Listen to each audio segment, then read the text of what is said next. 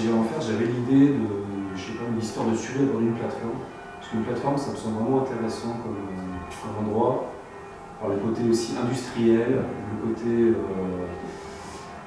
côté sinistre, hein, pour moi, c'est vrai qu'il n'y a rien de plus lugubre qu'une usine désaffectée.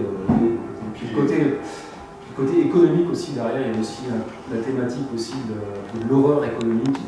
C'est-à-dire que je parle aussi un peu des ouvriers dont le sort était très difficile à l'époque. C'est encore difficile aujourd'hui, les conditions de vie extrêmes. Et puis c'est sombre, il y a des couloirs, voilà. il y a des couloirs aussi. C'est favorable au thriller. Le côté délabré, les coursives désertes, le danger encore omniprésent. Alors, donc c'est un roman de survie. Vous êtes attaché à rendre crédible justement tous ces éléments qui portent vers la survie. Ouais, c'est ça. Ouais. En fait, je me suis quand même documenté sur toutes les techniques aussi de survie, pour que ce soit réaliste, parce que j'attache beaucoup d'importance même en tant que lecteur, spectateur, à la crédibilité du récit. Donc, c'est vrai que je vais vraiment essayer de me mettre dans la peau aussi du survivant. Je crois que c'est ce qui me passionne, moi, ce qui me fascine dans l'histoire de survie, c'est que tout le monde peut se mettre à la place vraiment des personnages et peut se demander qu'est-ce que je ferais à leur place. Et alors, qu'est-ce qu'il faut pour ce survie? Ils cherchent déjà à se signaler, parce que le problème c'est que, en fait, ils ont tous des portables au début, mais bon, vu qu'ils se trouvent à l'eau en une fraction de seconde, tous les appareils sont inutilisables. Donc aucun moyen de communiquer. Après, ils cherchent d'abord aussi à boire, parce que c'est un gros problème en mer aussi, c'est trouver l'eau potable. Et puis aussi s'alimenter. Très rapidement, ils se retrouvent réduits à l'état de bipède. Il régresse assez vite, en fait, effectivement, parce que l'homme est quand même, je trouve, face à l'immensité de la mer, face à la toute-puissance de la mer, c'est quelque chose, on se rend vite compte qu'on est quelque chose de bien fragile, en fait.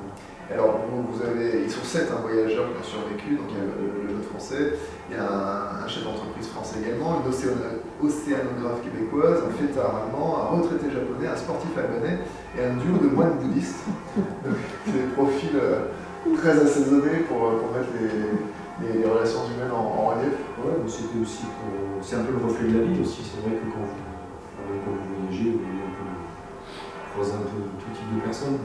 Et, bon, puis c'est aussi parmi mes souvenirs aussi, j'ai essayé de représenter un petit peu les personnes que je croisais aussi pour les voyages. Alors il va se passer des phénomènes étranges sur cette plateforme. Il y a un petit côté fantastique. Hein. Ouais, ça flirte un peu avec le surnaturel. J'aime bien ça, en fait. On est vraiment à la lisière. Et en fait, il se trouve que l'histoire est racontée par le biais du personnage principal, Elliot, et en fait son état mental un peu se dégrade au fur et à mesure des jours qui passent, parce qu'il ne voit pas, il y a la fatigue aussi qui se fait sentir, et donc sa capacité de raisonnement aussi qui est altérée, et donc il se demande même s'il n'est pas fou, au moment où il n'est pas fou.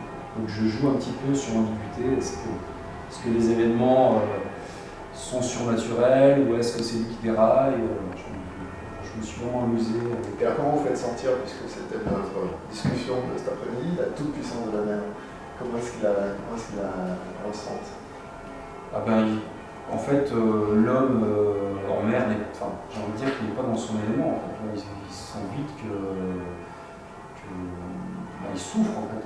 Le soleil est vraiment écrasant. Il y a le soleil, il est irrité par le sel aussi, le sel qui nous irrite. Il y a aussi toute la problématique aussi de savoir comment est-ce qu'on fait pour subvenir aux besoins. Alors l'issue, on aura lu le livre jusqu'au bout. Marcel Mochet, vous c'est par les visages notamment.